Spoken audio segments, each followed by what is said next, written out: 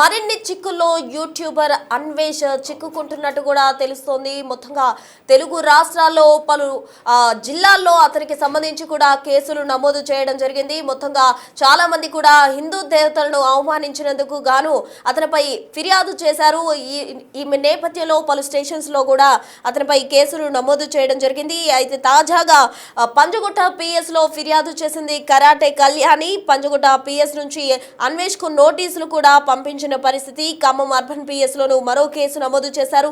BNS 352, 79, 299 sections కింద case నమోదు చేయడం జరిగింది. అన్వేష్ కి ఇప్పటికే పంజగుట్ట పోలీసులు నోటీసులు ఇచ్చే విధంగా కూడా కసరత్తు చేస్తున్నారు. అన్వేష్ ను దేశద్రోహిగా ప్రకటించాలని హిందూ సంఘాలు డిమాండ్ చేస్తూ ఉన్నాయి.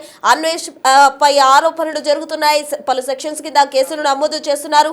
మతాలను కించపరిచే విధంగా మాట్లాడడం కూడా ఆయనకు ఒక మైనస్ గా ఉందనే చెప్పాలి. ఉద్దేశపూర్వకంగానే శాంతి భద్రతలకు విఘాతం కలిగించే విధంగా కూడా అన్వేష్ సంచలన వ్యాఖ్యలు చేశాడు అంటూ కూడా అసభ్య పదజాలంతో దూషించాడు అంటూ కూడా పలువురు ఆరోపిస్తున్నారు. ఈ నేపథ్యంలో అటు హైదరాబాద్, విశాఖ, ఖమ్మంకు సంబంధించిన పలు పోలీస్ స్టేషన్స్ లో ఫిర్యాదులు అందాయి. దీంతో పెద్ద ఎత్తున కూడా కేసులు నమోదు చేస్తూ ఉన్నారు పోలీసులు. హిందూ దేవతలను దూషించినందుకు గాను అన్వేష్ పై ఫిర్యాదులు వస్తున్నాయి. తాజాగా కరాటే కళ్యాణి పంచగుట్ట పిఎస్ లో ఫిర్యాదు చేశారు. దీనికి సంబంధించి అతనికి నోటీసులు ఇచ్చే విధంగా కూడా పోలీసులు అయితే కసరత్తు చేస్తున్నారు. తాజా అప్డేట్స్ అందించేందుకు మా ప్రతినిధి సురేష్ లైవ్ లో జాయిన్ అయ్యేందుకు సిద్ధంగా ఉన్నారు. సురేష్ అడిగి మరిన్ని వివరాలు తెలుసుకుందాం.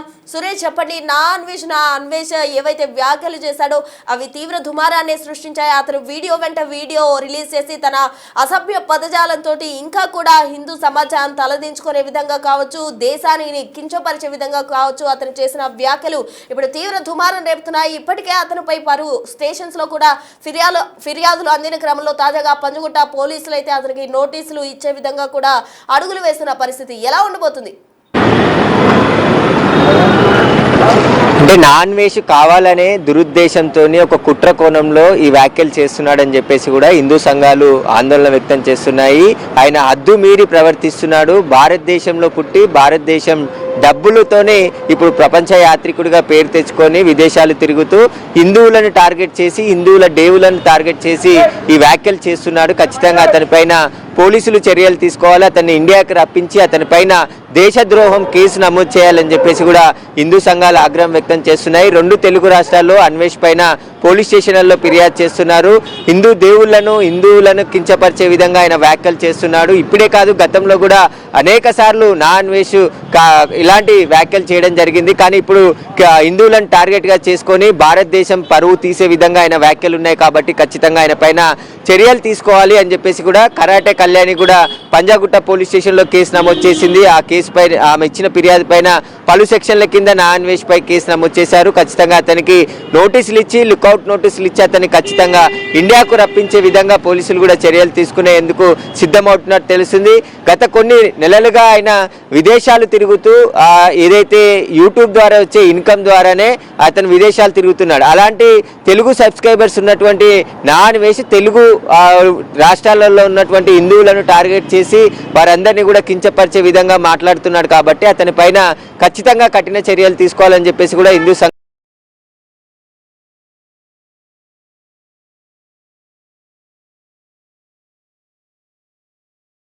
వివాదాస్పద వ్యాఖ్యలు శాంతి భద్రతలకు విఘాతం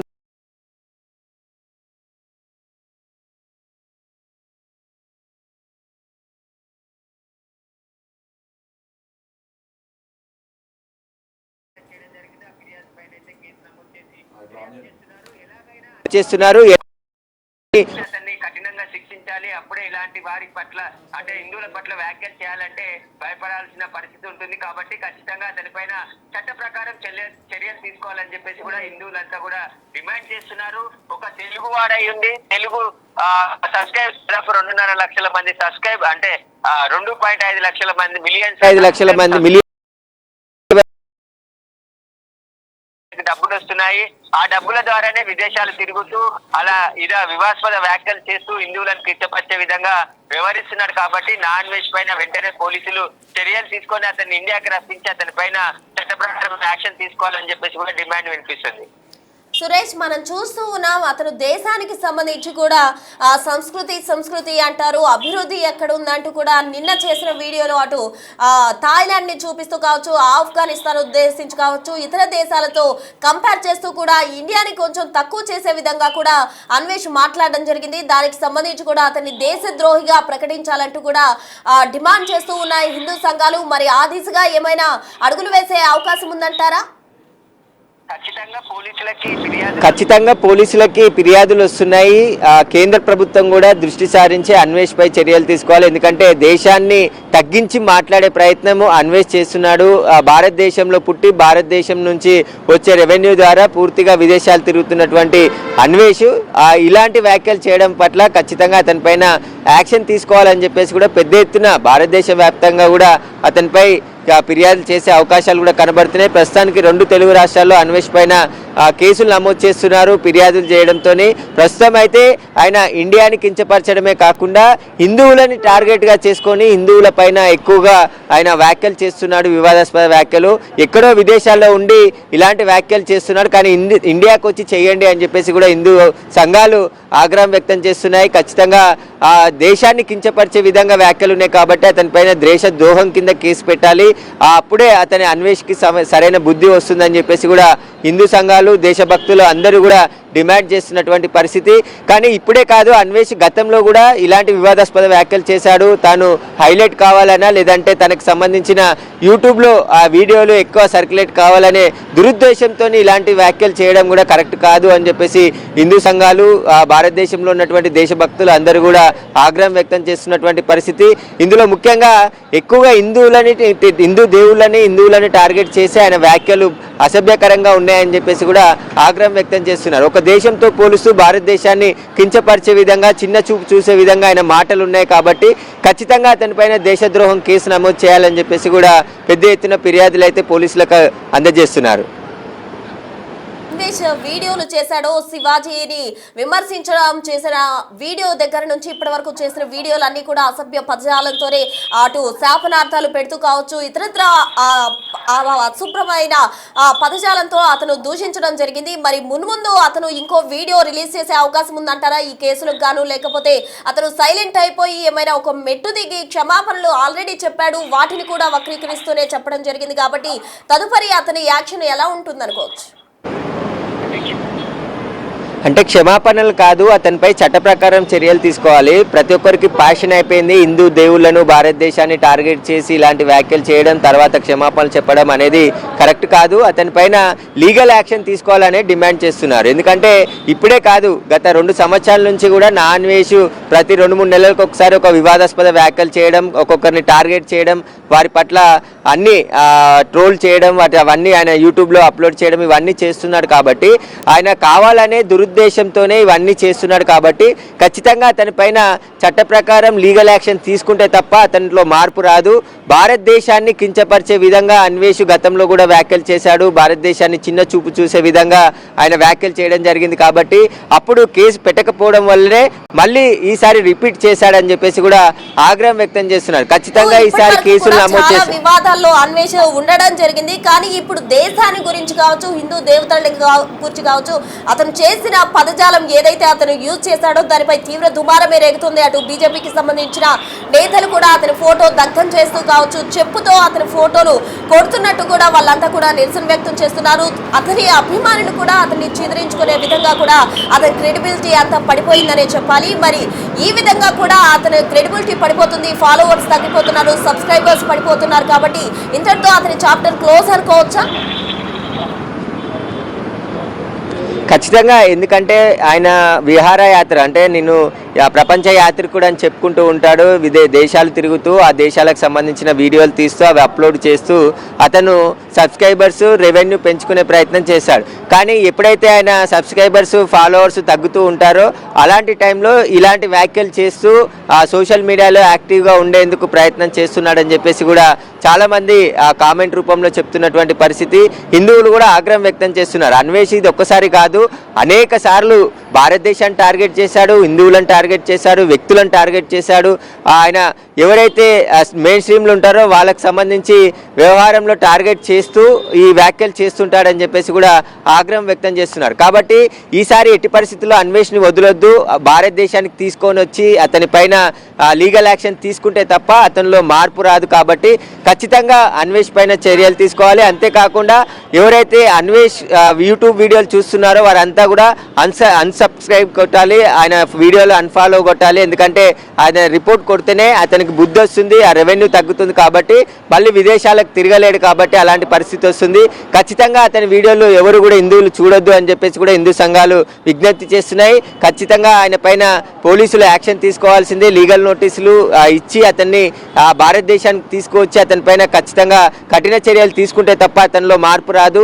అతనికి ఫ్యాషన్ అయిపోయింది, ప్రతిసారి ఒక వివాదాస్పద వ్యాఖ్యలు చేయడం, భారతదేశానికి రాకుండా విదేశాలు తిరుగుతూ అక్కడక్కడ భారతదేశాన్ని కించపరిచే విధంగా వ్యాఖ్యలు చేస్తున్నాడు. కాబట్టి ఖచ్చితంగా అతని పైన దేశద్రోహం కేసు నమోదు చేసి అతని పైన యాక్షన్ అయితే తీసుకోవాలని చెప్పేసి హిందూ సంఘాలు, భారతదేశానికి సంబంధించిన అభిమానులు అందరూ కూడా డిమాండ్ చేస్తున్నటువంటి పరిస్థితి కనబడుతుంది. సో చూస్తున్నాం మొత్తంగా నా అన్వేష్ కు సంబంధించి కూడా ఇప్పటికే పలు స్టేషన్స్ లో కేసులు అయితే నమోదయ్యాయి. అటు పంజగుట్ట పోలీసులు కూడా అన్వేష్ కు నోటీసులు ఇచ్చే విధంగా కూడా కసరత్తు చేస్తూ ఉన్నారు. అయితే అతను దేశం గురించి, దేశాన్ని తక్కువ చేసే విధంగా మాట్లాడడం మాత్రమే కాదు, అటు హిందూ దేవతలను కూడా తను అసభ్య పదజాలంతో దూషించడం జరిగింది. కాబట్టి అతనిపై ఎటువంటి యాక్షన్ తీసుకుంటారు, అటు దేశద్రోహిగా ప్రకటించాలని కూడా హిందూ సంఘాలు ప్రధానంగా డిమాండ్ చేస్తున్నాయి. కాబట్టి దేశాన్ని కూడా తక్కువ చేసి అతను మాట్లాడాడు, ఇతర దేశాలను హైలైట్ చేస్తూ మరి ఏ విధంగా అతనిపై యాక్షన్ ఉండబోతుంది, అధికారులు ఎటువంటి చర్యలు తీసుకుంటారు, ఏ సెక్షన్స్ కింద అతనిపై కేసులు నమోదు చేస్తారు, తదుపరి పరిణామాలు ఏంటి అన్నది వేచి చూడాలి.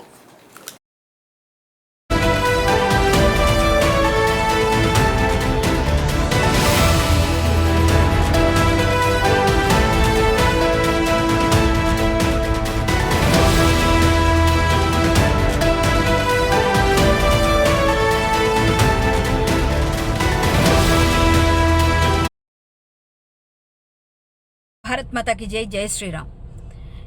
ఈరోజు ఒక వెధవ ఎక్కడో కూర్చొని భారతీయులందరినీ చాలా నీచంగా మాట్లాడుతున్నాడు. ఆ వెధవ పైన ఈరోజు ఉదయం నుంచి కష్టపడి ఇన్ని పేపర్లతో కంప్లైంట్ ఇచ్చి ఈరోజు ఇదిగోండి ఎక్నాలజ్మెంట్ తెచ్చుకున్నాను. రేపు ఉదయాన్నే ఎఫ్ఐఆర్ కూడా వస్తుంది. వాడికి బుద్ధి రావాలంటే మనందరం చేయాల్సిన పని ఏంటో తెలుసా? వాడిని సబ్స్క్రైబ్ చేసిన అందరూ కూడా, వాడి సబ్స్క్రైబ్ చేసిన వాళ్ళందరూ కూడా మరొక్కసారి ఆలోచించుకోండి. మీరు ఇచ్చిన ప్రతి సబ్స్క్రైబ్ చేసిన ఒక్కొక్క బటన్ ఏదైతే ఒత్తారో ఒక్కొక్క లైక్ వాడికి డబ్బులు తెచ్చిపెడుతుంది. ఆ డబ్బుల మదంతో ఈరోజు భారతీయులందరినీ నీచంగా మాట్లాడుతున్నాడు, భారతదేశాన్ని తప్పు పడుతున్నాడు. వెధవ కాబట్టి అలా మాట్లాడుతున్నాడు.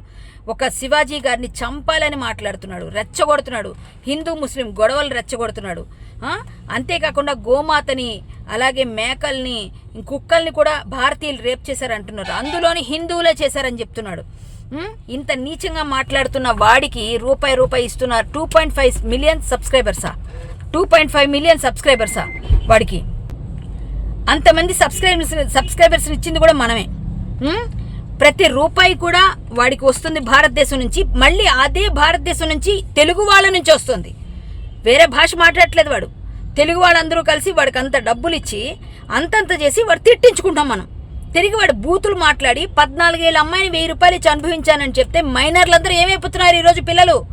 మైనర్ పిల్లలందరూ చెడిపోరా? వాడు మాట్లాడే బూతులు వింటుంటే ఒళ్ళు కంపరం ఎత్తుతుంది. మన సీతామాతని, ద్రౌపది మాతని రేపులు అయ్యాయని చెప్పి మాట్లాడుతున్నాడు. వీడేమో చూశాడా వెధవ? మన పవిత్రమైన భారతదేశ సంస్కృతిని ఎంత నీచంగా మాట్లాడుతూ నేను భారతీయుడిని, నేను ట్యాక్స్ పేయర్ని అంటున్నాడు. ఎవరికరా ట్యాక్స్ పే చేస్తున్నావు? నువ్వు తీసుకుంటున్న ప్రతి రూపాయికి భారతదేశం వాళ్ళందరూ కూడా నీకు లైకుల రూపంలో వేస్తున్న ఒక ముష్టికి నువ్వు ముష్టి వేస్తున్నావు. మేమందరం కలిసి నీకు ఆ ముష్టి ఏరుకొని దాని తాలూకా డబ్బులన్నిటికీ కూడా ట్యాక్స్ పే చేస్తున్నావురా. నువ్వు ఇండియన్ ఆర్మీకి ఇచ్చావా? లేకపోతే ఇంకేమైనా గవర్నమెంట్కి ఏమైనా సేవల కోసం ఇచ్చావా? అంబులెన్సులు తీసుకొచ్చావా? లేకపోతే హాస్పిటల్స్ కట్టించావా? వాటర్ ట్యాంకులు కట్టించావా? ఎదవా తిరిగి మాట్లాడుతున్నావు అట్నుంచిటు. మళ్ళీ భారతీయులందరినీ కూడా నువ్వు ఈరోజు సీతామాతను అనేటి వాడివిరా. మా భారతీయులందరికీ కూడా సంస్కృతి సంప్రదాయాల గురించి నేర్పిస్తావరా నువ్వు? చీరలు ఎలా కట్టుకోవాలి, ఎలా ఉండాలని చెప్తావరా నువ్వు? నువ్వు మనిషివేనరా? అన్నం తింటున్నావు, గడ్డి తింటున్నావురా నోటికి. ఈరోజు వాడిపైన కేసు పెట్టానండి పంజాగుట్ట స్టేషన్లో. ఎఫ్ఐఆర్ కూడా నమోదవుతుంది. రేపు ఉదయాన్నే ఎఫ్ఐఆర్తో నేను బయటకు మళ్ళీ వచ్చి ఒక వీడియో చేస్తాను. ఇలాంటి వెధవ పైన ప్రతి ఊర్లో కేసులు పెట్టండి. ప్రతి దగ్గర కూడా వీడి ఇండియాకి రావాలి, వీడిని మామూలుగా ఉండకూడదు, వీడికి పనిష్మెంట్. ఇండియాకి రావా? నువ్వు ఎక్కడి నుంచి వెళ్ళావురా? నువ్వేమైనా ఆకాశం నుంచి చూడపడ్డావా? భారతదేశం అంటే నా మాతృభూమి అని చదువుకోలేదురా? నీ మాతృభూమి గురించి ఇలా మాట్లాడతావురా? కనీసం సిగ్గులేని వెధవా? ఇంత నీచంగా మాట్లాడతావురా నువ్వు? ఒకటే మాట చెప్తున్నా, నిన్ను తిట్టకూడదు అని ఎవరైనా అనుకుంటే ఈ మాటలు విన్న వాళ్ళు తిట్టకపోతే పాపం వస్తుంది. నిన్ను తిట్టకుండా ఎవరుండలేరు. ఎందుకంటే నువ్వు మాట్లాడే బూతులు అంత వరస్ట్గా ఉన్నాయి. ప్రతి పిల్లలు చెడిపోయేలా ఉన్నాయి. ప్రతి ఆడదానికి సిగ్గుతో తలదించుకునేలా ఉన్నాయి. ఇదా నీ సంస్కారం? ఒకటే మాట చెప్తున్నా, మార్చుకో పద్ధతి. ఇండియాకు రాకుండా అయితే నువ్వు కష్టం, ఖచ్చితంగా రప్పిస్తారు. పోలీసు శాఖ నీ పైన బాగానే గట్టి నిఘానే వేశారు.